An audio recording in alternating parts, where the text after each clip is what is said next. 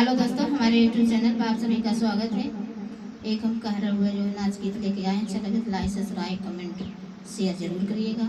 हमारी वीडियो में लास्ट तक बने रहिएगा दोस्तों। पूरा गाना सुनेंगे तभी गाना का आनंद पाएंगे। हमारे चैनल पे नए हैं तो सब्सक्राइब जरूर कर लीजिएगा दोस्तों। हमारे चैनल को आगे बढ़ाइएगा, हमारा सपोर्ट करिएगा।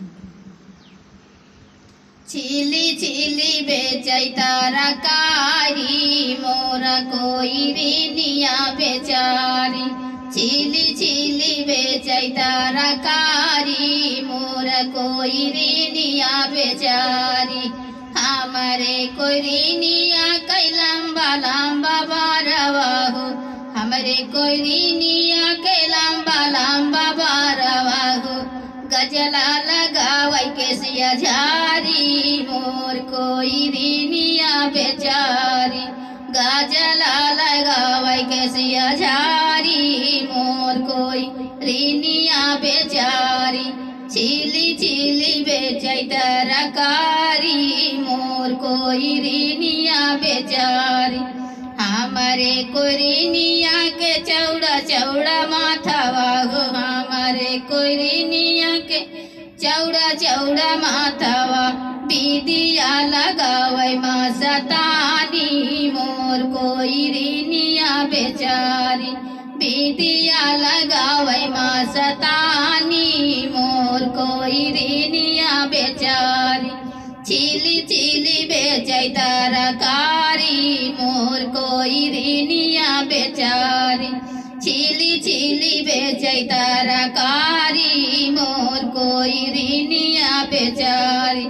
हमारे कोई ऋणिया के बड़ा बड़ा नेकुरा हो। हमारे कोई ऋणिया बड़ा बड़ा नेकुरा झूलनी पहिने रबदारी। हर कोई ऋणिया बेचारी झूलनी पहिरे रउदारी। हर कोई ऋणिया बेचारी। छिली छिली बेचै तरकारी हर कोई ऋणिया बेचारी। छिली छिली बेचै तरकारी मोर कोई ऋणिया बेचारी। हमारे कोई ऋणिया के मोटी कारिया हो। हमारे कोई ऋणिया के मोटी कारिया कार धन पहिर लरियादारी मोर कोई ऋणिया बेचारी। कार धन लगावै लरिदारी मोर कोई ऋणिया बेचारी। छिली छिली बेचै तरकारी मोर कोई ऋणिया बेचारी।